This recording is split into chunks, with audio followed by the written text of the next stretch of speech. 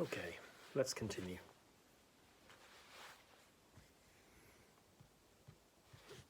Where are we? Right.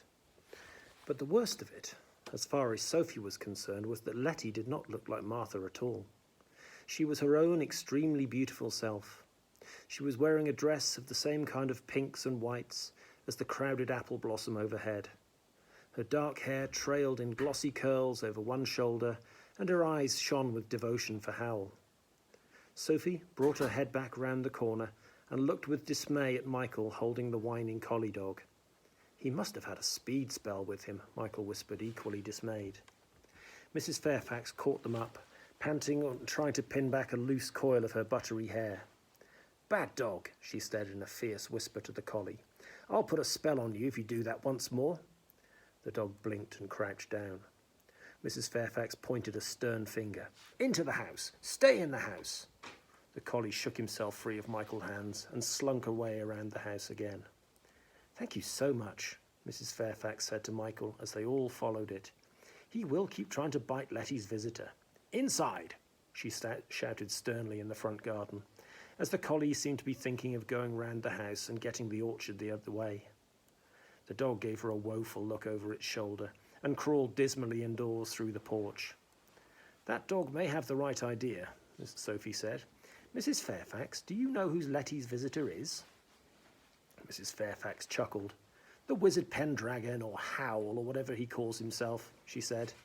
"But Letty and I don't let on that we know, even though it amused me when he first turned up, calling himself Sylvester Oak, because I could see he'd forgotten me, although I hadn't forgotten him, even if his hair used to be black in his student days."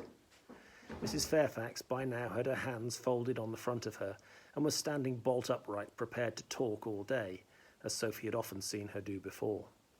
"He was my old tutor's very last pupil, you know, before she retired. When Mr. Fairfax was alive, he used to like me to transport us both to Kingsbury to see a show from time to time. I can manage two people very nicely if I take it slowly. And I always used to drop in on old Mrs. Pentstemon when I was there. She likes her old pupils to keep in touch. And one time she introduced this young Howl to us. Oh, she was proud of him. She taught Wizard Solomon too, you know, and she said Howl was twice as good." "But don't you know the reputation Howl has?" Michael interrupted. Getting into Mrs. Fairfax's conversation was like rather getting into a skipping rope. You had to choose the exact moment, but once you were in, you were in. Mrs. Fairfax turned herself slightly to face Michael. "Most of it's just talk, to my mind," she said. Michael opened his mouth to say it was not, but he was in the skipping rope, and then it went on turning. "And I said to Letty, 'Here's your big chance, my love.' I knew Howl could teach her 20 times more than I could. I don't mind telling you, Letty's brains go way beyond mine, and she could end up in the same league as the Witch of the Waste, only in a good way. Letty's a good girl, and I'm fond of her. If Mrs. Pentstemon was still teaching, I'd have let Letty go to her tomorrow, but she isn't. So I said, 'Letty, here's Wizard Howl courting you, and you could do worse than fall in love with him and let him be your teacher. The pair of you will go far.' I don't think Letty was too keen on the idea at first, but she's been softening lately, and today it seems to be going beautifully." Here Mrs. Fairfax paused to beam benevolently at Michael, and Sophie dashed into the skipping rope for her turn. "But someone told me Letty was fond of someone else,"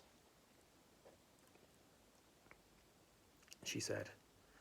"Sorry for him, you mean," said Mrs. Fairfax. She lowered her voice. "There's a terrible disability there," she whispered suggestively, "and it's asking too much of any girl. I told him so. I'm sorry for myself." Sophie managed a mystified, "Huh?" "But it's fearsomely strong spell. It's very sad," Mrs. Fairfax went on. "I had to tell him there's no way someone of my abilities can break anything that's put on by the Witch of the Waste. Howl might, of course, but he can't ask Howl, can he?"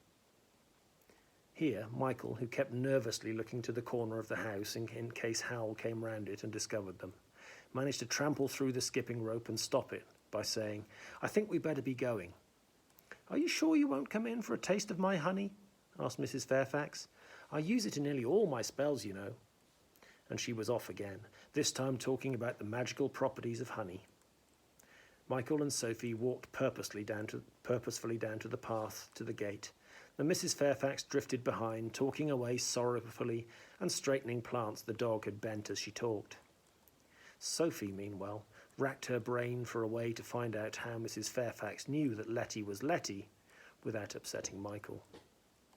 Mrs. Fairfax paused to gasp a bit as she heaved a large lupin upright. Sophie took the plunge. "Mrs. Fairfax, wasn't it my niece Martha who was supposed to come to you?" "Naughty girls," Mrs. Fairfax said, smiling and shaking her head as she emerged from the lupin. "As if I wouldn't recognise one of my own honey-based spells. But as I said to her at the time, I'm not going to keep anyone against their will, and I'd always rather teach someone who wants to learn. Only, I said to her, I'll have no pretence here. You stay as your own self or not at all. And it's worked out very happily, you see. Are you sure you won't stay and ask her yourself?"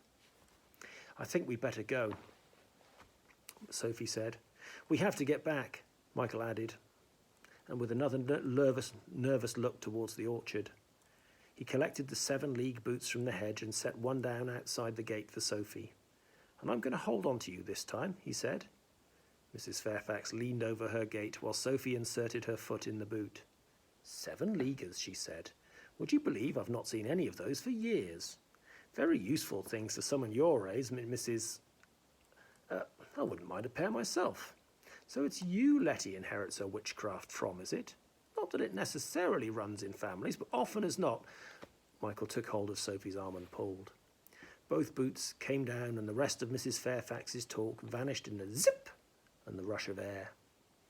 Next moment, Michael had to brace his feet in order not to collide with the castle. The door was open, and inside, Calcifer was roaring. "Porthaven door! Someone's been banging on it ever since you left."